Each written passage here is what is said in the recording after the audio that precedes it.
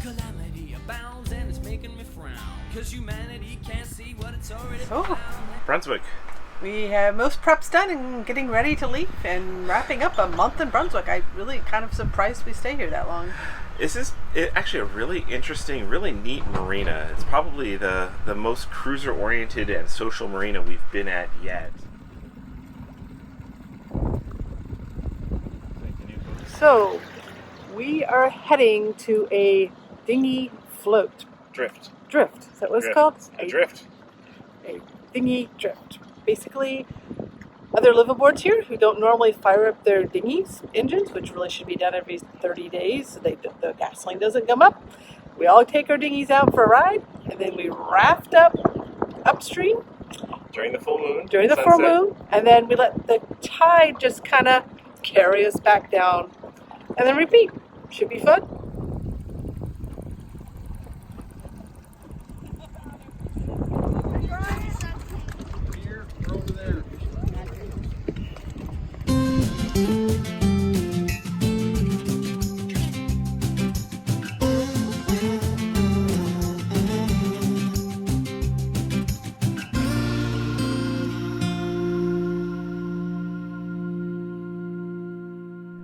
We've been to some like Ortega Landing's pretty darn social. This one, they have over 300 slips at it, and they've just grown it over the years. But it's a no hurricane hole because it's north of the Florida-Georgia line, which a lot of hurricane policies or insurance policies require cruisers be north of Florida. And Brunswick is just naturally very far to the west. It's one of the furthest west spots you can be on the Atlantic Ocean, and so a lot of hurricanes veer away before they get to Brunswick. Although. All the lowlands will just dissipate a surge. So it's a very popular place for cruisers to spend hurricane season and or store their boats, but they have a lot of community-centric stuff here, like some great community buildings, which our dock happens to be right at the base of. Right there. So yeah, just a couple days ago they had a big Memorial Day party, and our dock was the stage, and so we had to actually walk backstage and across the live band to get to it from our dock, which was a blast. It was really fun. It's a great band. They brought in some great entertainment, constant potlucks and happy hours going on here. Potlucks. Too many happy hours. And yeah, they have happy hour 3 times a week with free wine, and then they have free beer every day from 8 a.m. till midnight. On tap. On tap. It's PBR, but it's free beer. Yes. So they keep everybody happy. It is within walking distance of historic downtown Brunswick.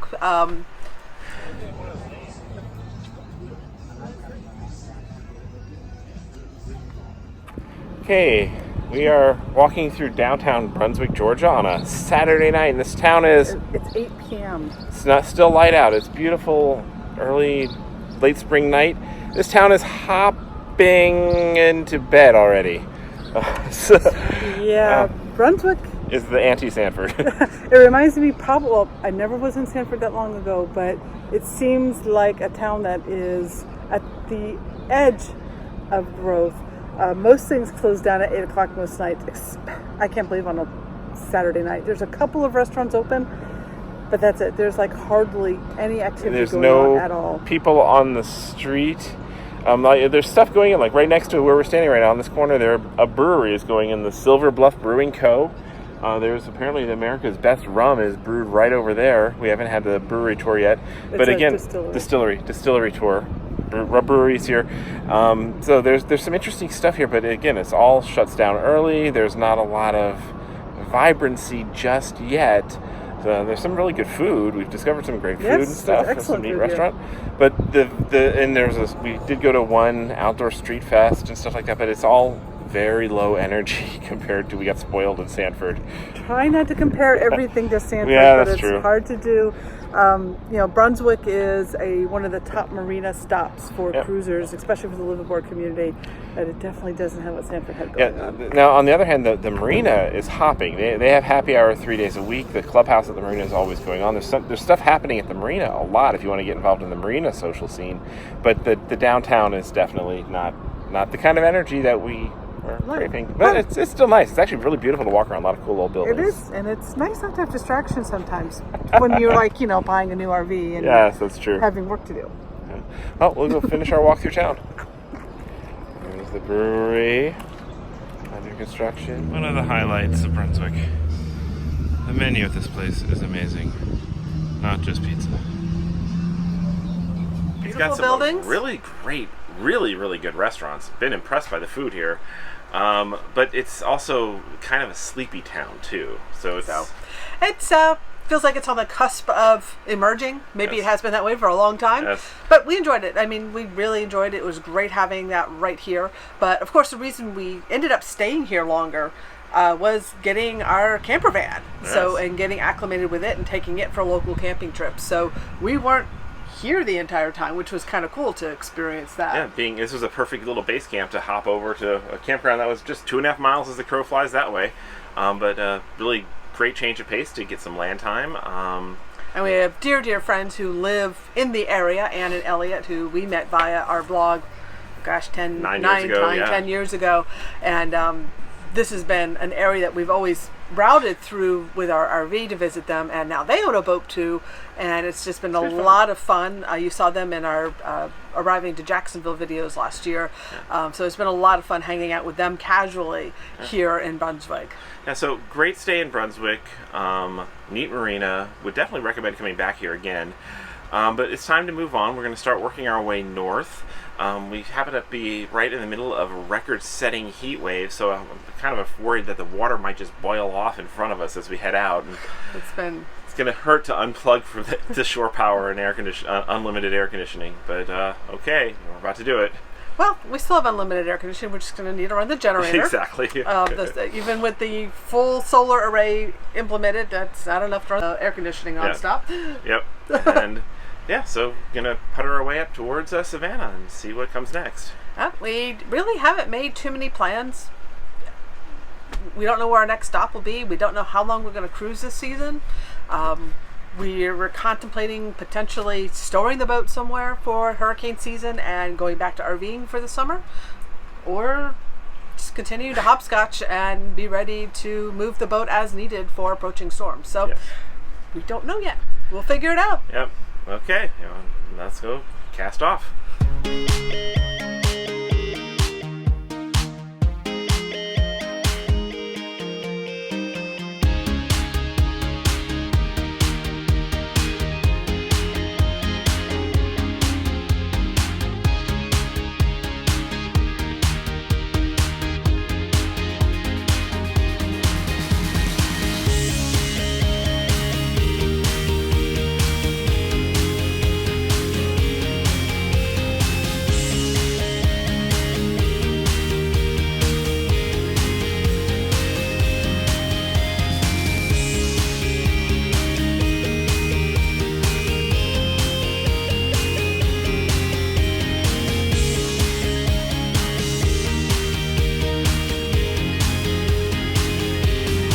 Pirates.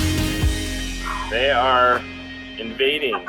Our weapons officer is defending the captain so that I don't swat something and steer into a reef. Reefs out here? Shoals. Thank you. Okay, a shoal. Actually, there's one right ahead. I gotta be my eye on it. Defend. Ow! To whack you. Ow! I saved you. Thank you. Where's the enemy? Millions of carcasses on the floor. Oh, Not millions, but it feels it's like pretty close. It's not midges, but they bite.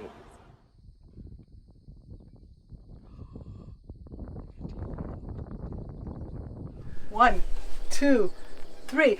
Wahoo! That's where we are. This is on the charts, the Wahoo River, and that is Wahoo Island. So Wahoo! Okay.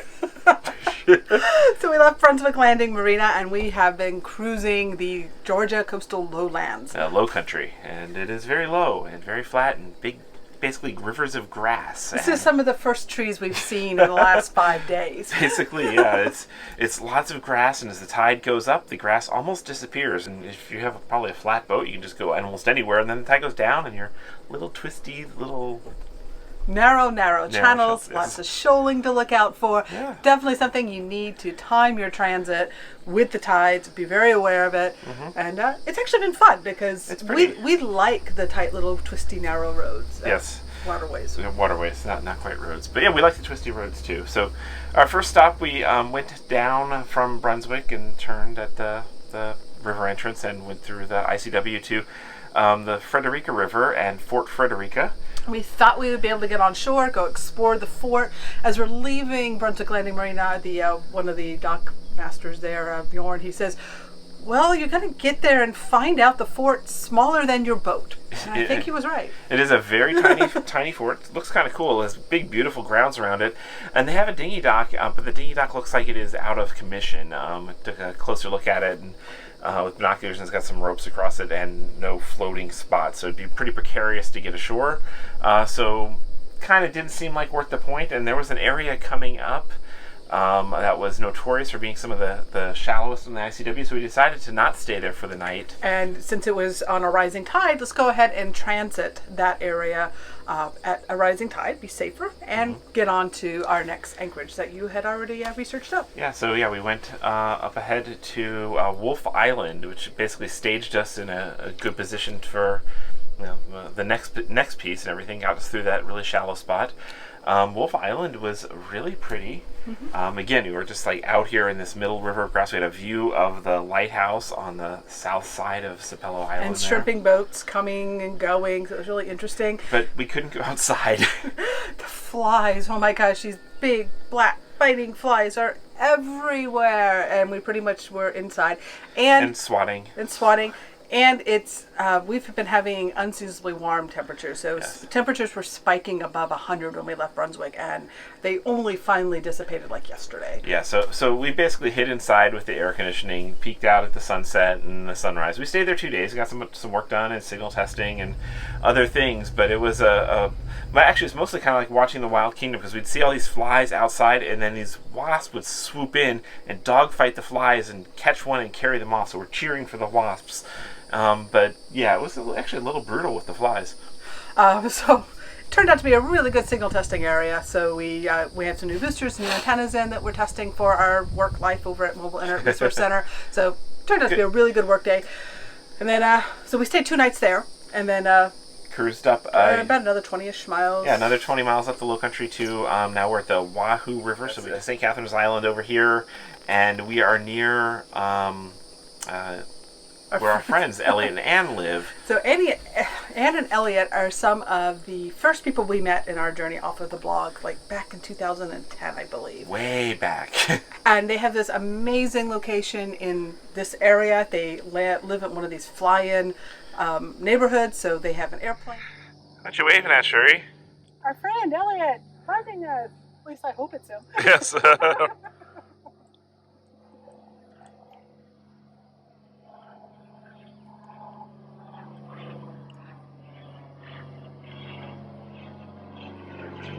And we joked with them then one day we're going to come visit you by boat. And we did it. Yes, we did. So we anchored here out on the Wahoo River, which is beautiful. And it was a 3-mile dinghy trip to a boat landing. 4.5. 3 as the crow flies. You forgot the little twists. Yeah, 3 as the crow flies. 4.5 down the twisty Wahoo River to a boat landing. We got to meet them and go ashore for dinner and hang out.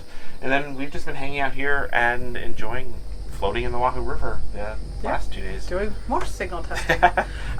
Yes. Actually, the dolphins. We have been just enjoying floating with pods of dolphins. The last night at sunset they were out, we just took the dinghy out and just floated down the river with them. And then this morning... They actually came up to the boat to check us out, and were like circling the boat and splashing at us and stuff. They wanted us to come out and say hi. I've never seen so many dolphins and so many dolphins paying attention to us as opposed to ignoring the humans. It was really, really fun. We had a great time with the dolphins here. So it's been a really good stop. We are cruising on to, what's the name of this place? Sunbury Crab Shack is supposed to be funky and fun, and it's not a big detour up the river to a cool little marina that supposedly has a pool and amazing food and live music today. And then so it'll be quite a difference from being out here in isolation.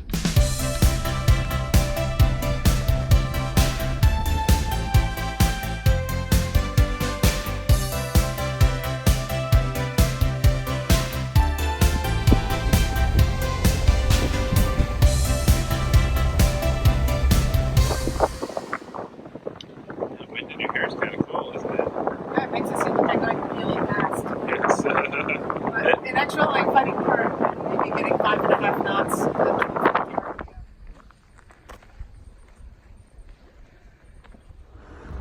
are leaving the Sunbury Crab Company and Marina behind us. About a 7-mile detour off the ICW.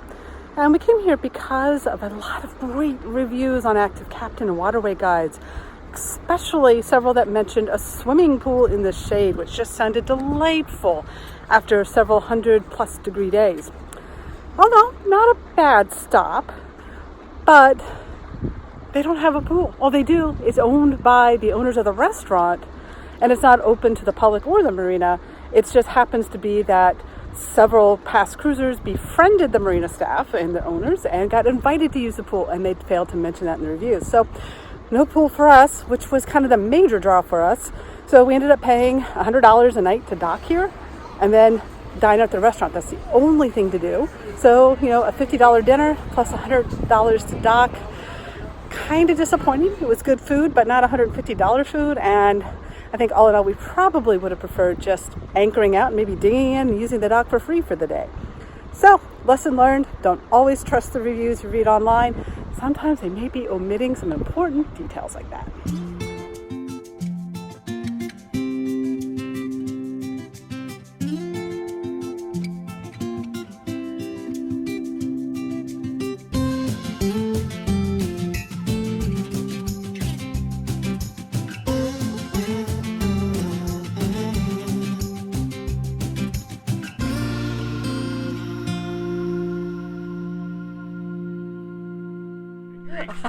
We're anchored in Buckhead Creek, which is just south of Savannah. So we have made a lot of progress getting through the Georgia low country. Yeah, today we're heading to Thunderbolt, but we're going to be going through hell, and hopefully not hell, just.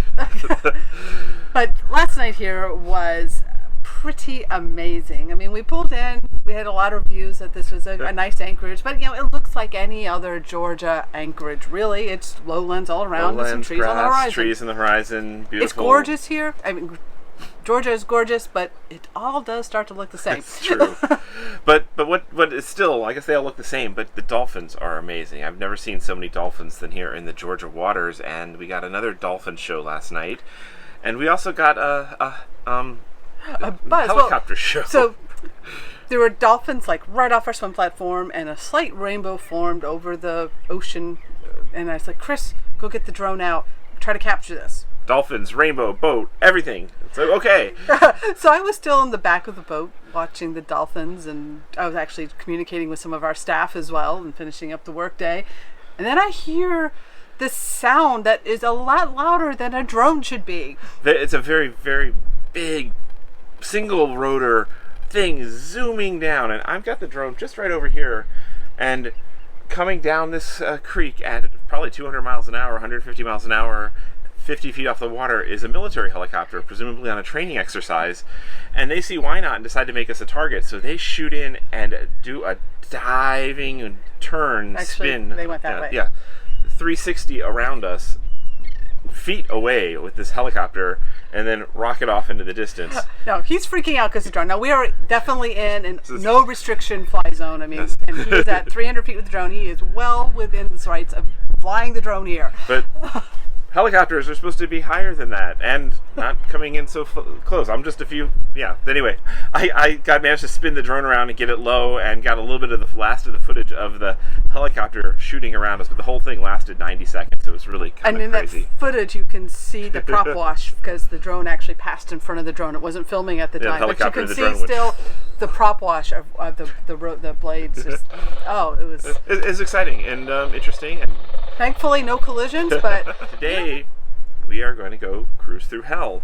A place called Hell Gate is our next little passageway, which is, I guess, a notorious spot on the entire ICW for a strong sideways current, narrow channel, and at low tide, it's apparently only 2 or 3 feet deep in places. So we're doing it at high tide, close to slack, and hoping that we're okay. We have other friends who recently went through who said it was no problem.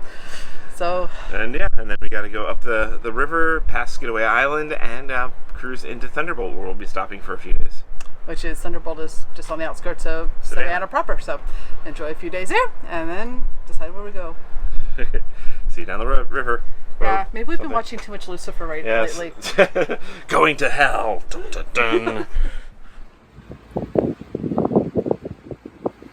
Waterway Guides track, which we had a friend who just followed about 3 days ago, so we feel pretty confident in it.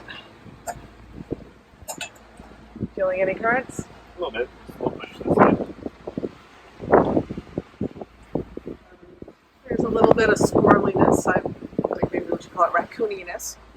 You see raccoons? I don't see raccoons over there. Raccoon. Definitely feel the tidal currents and stuff shifting as we got Go from one river to the other. a little bit of bounciness.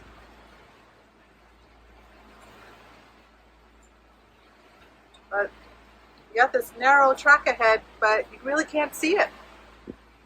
Especially not at high tide. Yeah. But boats often are apparently pass each other.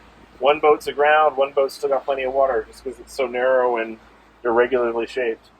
So we're currently seeing 10.5 feet. Keep in mind, we're at high tide, and tides here this time of the month are about 9 to 10 feet. So low tide, this would not be a good track.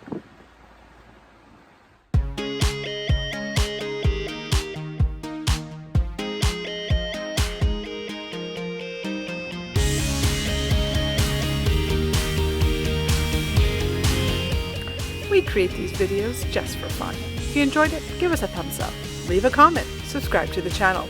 Your enthusiasm helps inspire the next one.